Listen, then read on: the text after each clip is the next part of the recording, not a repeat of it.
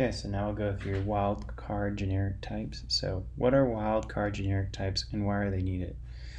So we have an example which demonstrates the needs of this wildcard here. So we have the max method here. If we go ahead and reset this, then we have a compilation error. So in this case, we have the max method, and this method is taking in an integer stack, which is defined up here.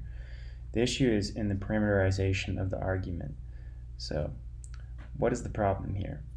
To circumvent this problem, a wildcard must be used. A wildcard generic type has three forms, and they take on a question mark extends t, and a question mark super t, where t is a generic type.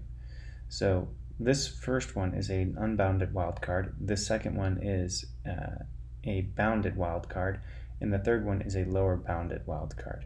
So in order for us to fix the compilation error in this example up here, we need to use the third case, the second case here, extends number.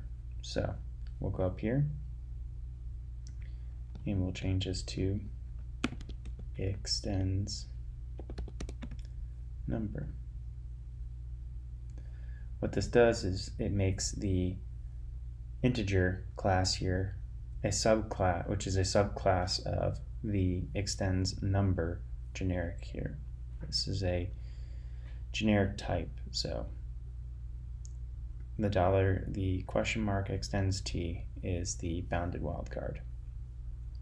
Alright, if we keep going through here, we have another example. So we have any wildcard demo here where we take an integer stack, we add a couple integers to it, and then we want to print those integers, and we can use a generic stack integer to do so.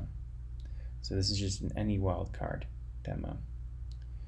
So the question mark super t wildcard, when is that needed? So if we look at the example in 19.9, here we create two generic stacks and then we add these strings and integers to them. In this case, we need to define a generic stack for the first one and then a generic stack for the second one. And in this case, we're going to use the lower bounded wildcard, which denotes a supertype of t. So in this case, we have a supertype of t, and that works. Here, this supertype is added, and we can compile this code successfully. So in order to do so, we have the public static t void add generic stack. We have our lower bounded wildcard and our regular generic here. And the inheritance relationship involving these generic types is given below.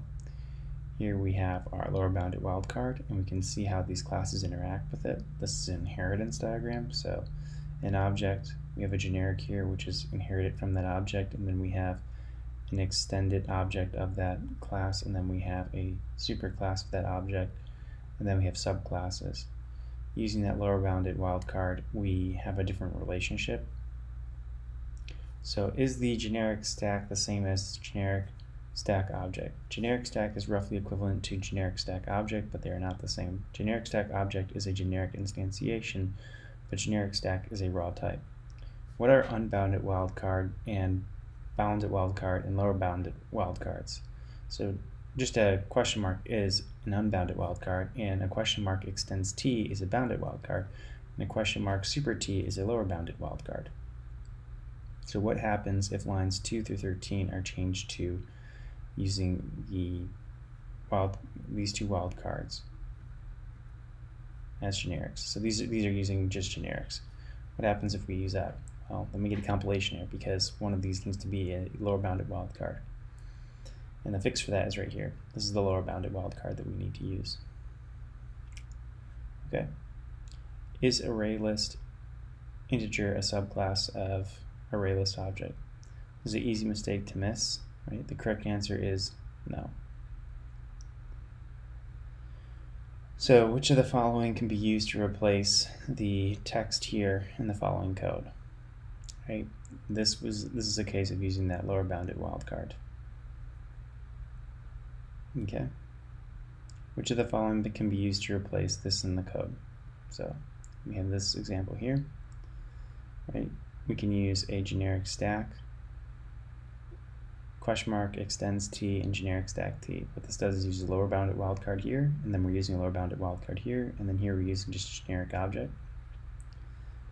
So is ArrayList integer a subclass of ArrayList wildcard? Yes. Is ArrayList integer a subclass of ArrayList extends number? Yes. This is a lower bounded wildcard.